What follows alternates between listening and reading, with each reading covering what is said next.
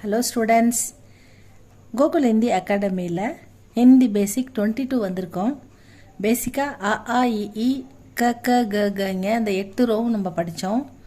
அதுக்கப்புறம் மாத்ரா படிக்கிறோம். மாத்ரா எப்படி அப்ளை பண்ணுறது ஹிந்தியில் அப்படின்னு பார்த்துக்கிட்டு இருக்கோம். அந்த மாத்ராக்கள் தான் இது. அ ஆ இ ஈ உ ஊ ரு ஏ ஐ ஓ ஔ அம் அஹ இந்த மாதிரி ஒரு மேலே ஒரு கோடு மேலே 2 கோடு கீழே ஒரு கோடு மேலே ஒரு கோடு இதுக்கெல்லாம் இந்த சவுண்டு தான் அப்ளை பண்ணணும். இந்த சவுண்டை எப்படி நம்ம வியஞ்சன் இந்த க க க கங்கன்னு 8 ரோ இருக்கு இல்லையா, அந்த வியஞ்சனுக்கு எப்படி அப்ளை பண்ணுறதுன்னு பார்த்துக்கிட்டு இருக்கோம். அந்த வகையில் நம்ம க க க கங்க ச ச ஜ ஜங்க ட ட ட டன த த த தன இந்த 4 ரோவுக்குமே நம்ம பார்த்துட்டோம். 5வது ரோ ப ஃப ப ப ம ப ஃப ப ப ம இது ப இது எஃப்ஏ ஃப அப்படின்னு படிக்கணும்.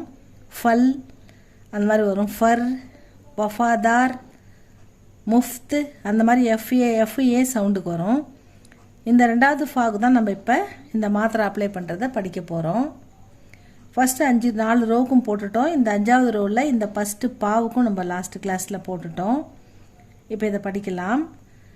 ப ஃப ப ப ம ஃப எந்த மாத்திராவும் போடலைன்னா அதை க த ந அப்படின்னு படிக்கிற மாதிரி ஃப அப்படின்னு படிக்கணும்.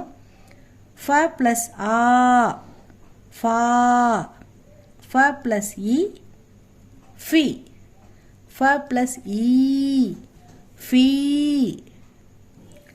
ஃப ப்ளஸ் உ ஃபு ஃப ப்ளஸ் ஊ ஃபூ ஃப ப்ளஸ் ரு ஃப்ரு ஃப ப்ளஸ் ஏ ஃபே ஃப ப்ளஸ் ஐ ஃபை ஃப ப்ளஸ் ஓ ஃபோ ஃப ப்ளஸ் ஔ ஃபௌ ஃப ப்ளஸ் அம் ஃபம் ஃப ப்ளஸ் அஹ ஃபஹ ஃப ஃபா ஃபி ஃபீ ஃபு ஃபூ ஃப்ரு ஃபே ஃபை ஃபோ ஃபௌ ஃபம் ஃபஹ இந்த மாதிரி ஃப சவுண்டு காக்கா கீக்கி படிக்கிற மாதிரி தான் எல்லா எழுத்துக்கும் படிக்கணும். இந்த மாத்திரை இப்படி தான் அப்ளை பண்ணணும், எழுதணும். எழுத்து கூட்டும்போது இது ஃப ப்ளஸ் ஊ ஃப ப்ளஸ் ரு ஃப்ரு ஃப ப்ளஸ் ஹௌ ஃபௌ அந்த மாதிரி வேகமாக படிக்கணும். ஃப ஃபா ஃபி ஃபி ஃபு ஃபு ஃப்ரு ஃபே